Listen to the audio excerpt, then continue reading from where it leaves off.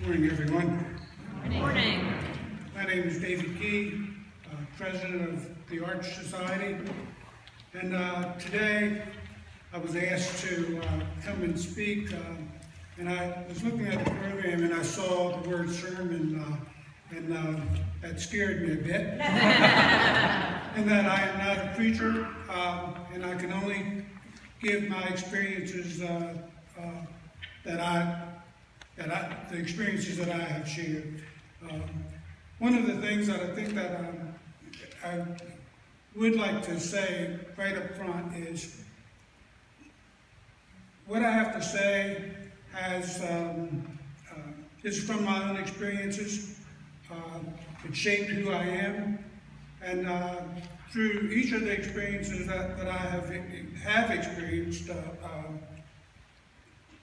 each had a major part in who I am, good and bad. So we all share those kind of things. I grew up here in Frederick, native. Went to school in Frederick at the time. Again, Frederick was quite a different place than it is today. Very segregated,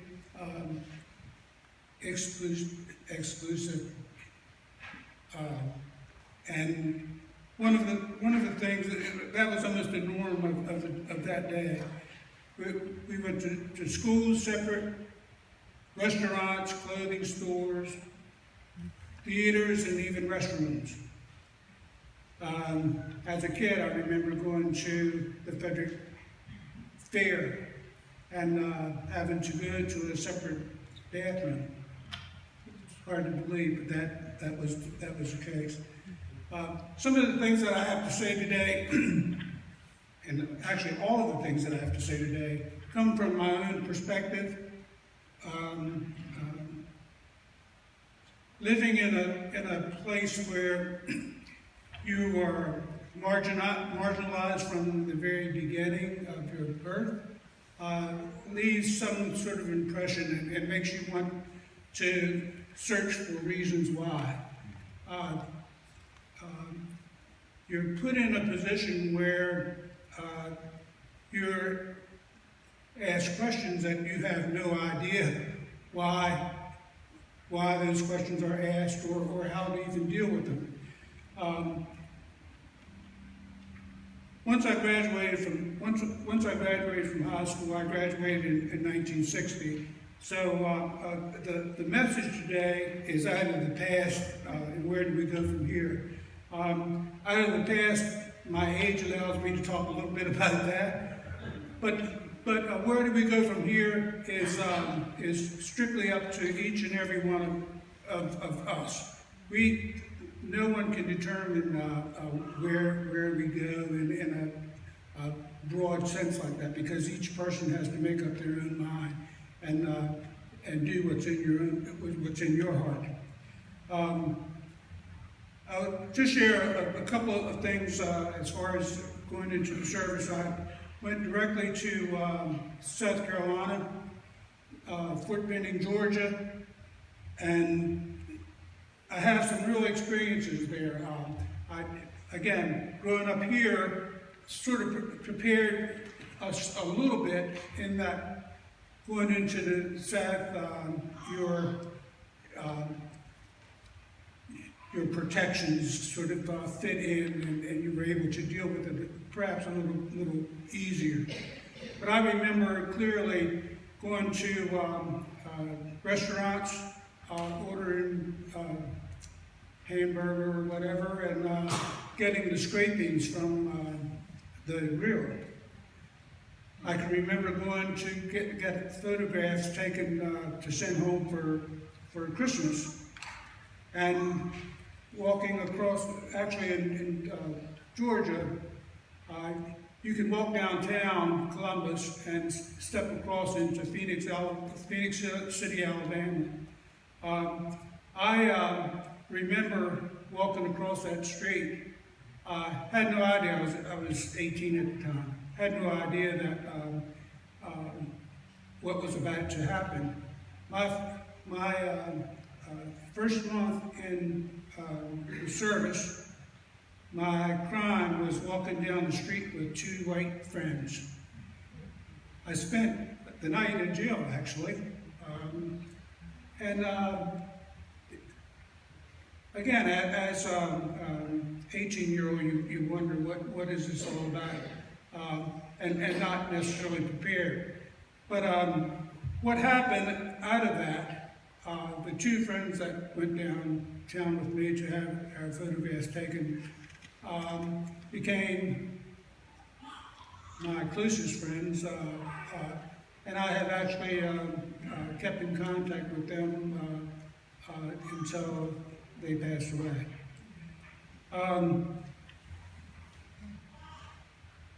Ironically, I had to go to Korea to understand that every place doesn't treat people the same. Once I was in Korea, I saw something completely different. People tend to work together. It was not that kind of friction that happened, and I often wondered why. Certainly, if I served in this country, it seems to me that there should be some fair treatment there, but not necessarily. It goes right back into our history.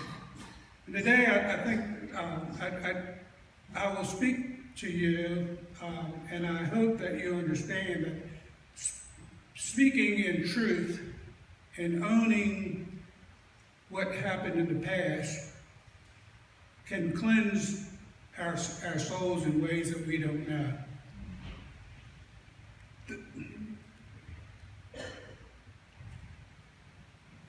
And when I went to Korea again,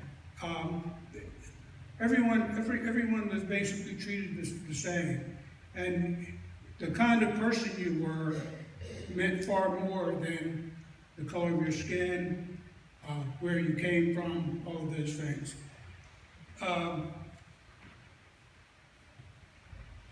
Our history has always had a way of telling the story in a favorable way to Europeans. If we just think about the Native Americans when Europeans came, and they basically took their land, put them on reservations,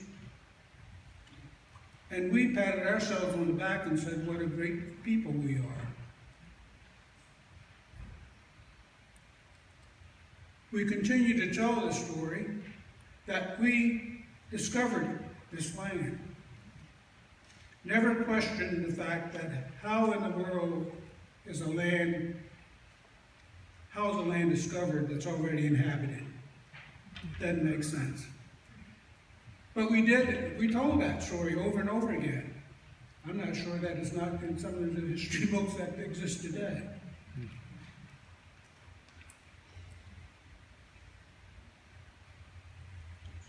One of the other aspects. Again, we tell ourselves things that sort of fit.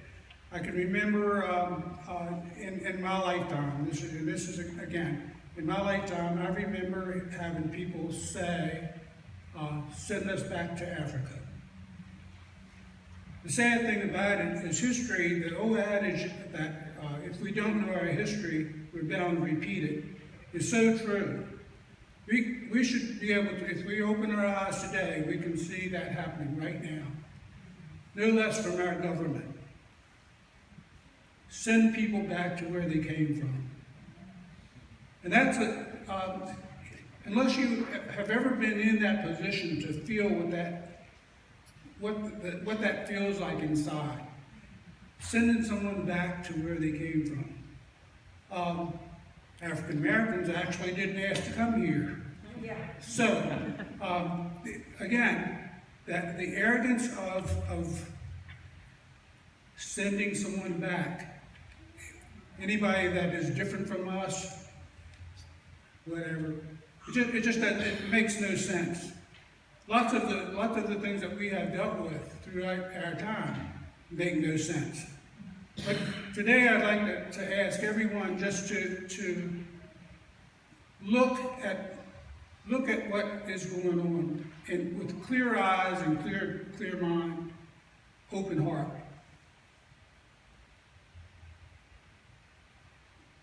We tell stories of these our Latino friends coming from the South or taking our jobs.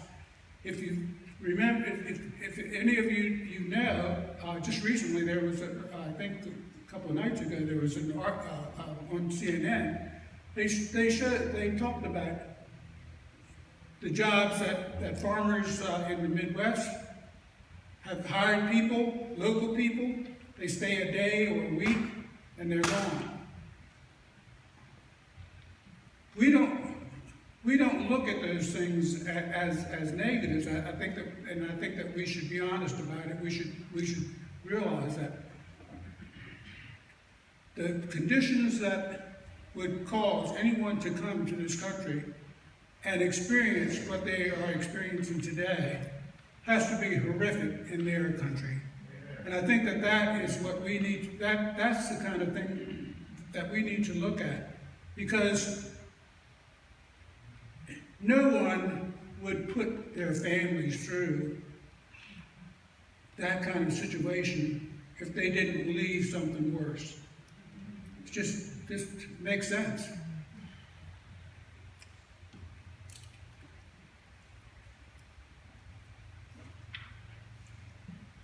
I remember we also have ways of turning things around just sort of to fit. You know, how many times have you heard, actually a good example of it would be Black Lives Matter. When many African Americans were being killed by policemen over and over again,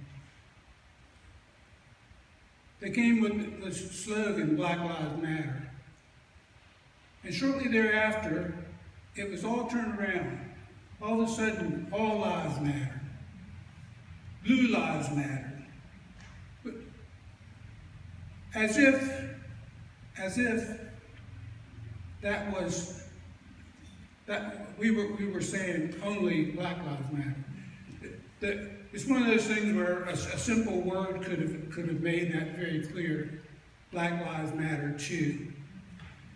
But we twisted it to fit something that it's always a universal thing. Whenever we are in a situation that is unbearable, all of a sudden it's united we stand. Remember 9/11? Same thing. United we stand.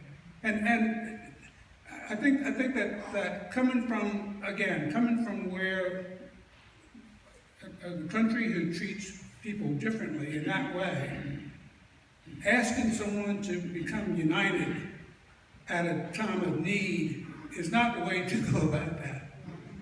We need each other each and every day, all of us. And I think that what I would like to also point out is the organization that I belong to, Arch. Any of you who had an opportunity to see The Tale of the Lion, it's a documentary on 90 and older folks. One of the things that is so clear in that film is that the folks who talk about things far worse than I experienced do it in such a way that shows their character and strength, a strength that we all can learn from. And they tell those stories with no animosity. That's the way it was, they say. And I would hope that at some point through Arch and getting the community together in the way that we have so far, that we would be able to at least have our community take a step up and just require more of each other as a community. Frederick truly is a great place. I have seen and lived the changes. There's a lot of new folks coming in. It's an open community, and I think that if we continue on that in that place, all of us will be far better off. So, in closing, one of the things that I think that I would like everyone to know is that the Teal of the Lion will be shown next August 2nd at 7 o'clock at the Jackson Chapel. And any of you who have not had a chance to see it, I suggest it highly. And our organization will continue to work on pulling the community together in any way that we can. And I think that as a nation, all of us need to be mindful of what the country looks like in truth.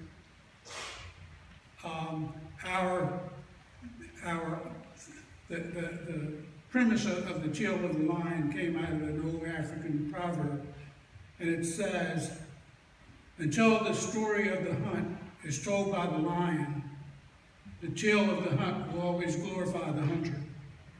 So remember who tells the story, understand where it's coming from, and let's all work toward making this a better country. Thank you.